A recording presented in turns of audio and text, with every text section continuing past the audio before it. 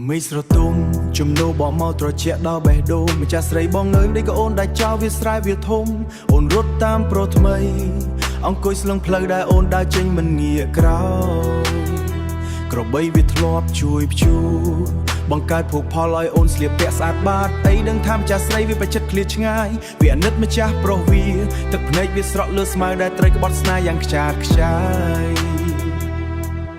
វ័យអូលន្ទានរងំសន្ធាប់ផ្ទៃមេឃខ្មៅងងឹតបេះដូងសត្វនិងបេះដូងមនុស្សអូនទៅរកអ្នកមានអូនចោលពួកចាដែលធ្លាប់សន្យាក្រោមដើមពោធិ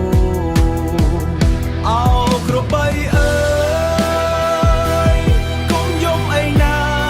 ម្ចាស់ស្រីឯងគេមានប្រូនថ្មីហើយ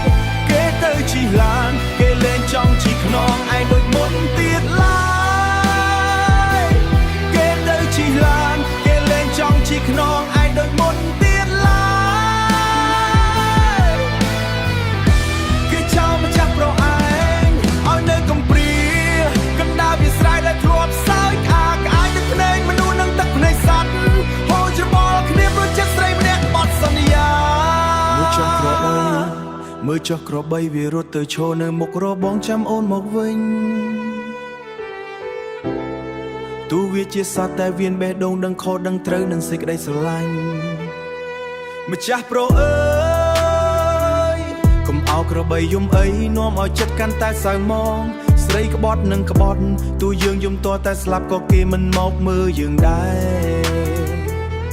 អូនភ្លេចក្លិនក្របីអូនទៅហិតក្លិនទឹកអប់អ្នកក្រុងអូនភ្លេចបាយកញ្ចប់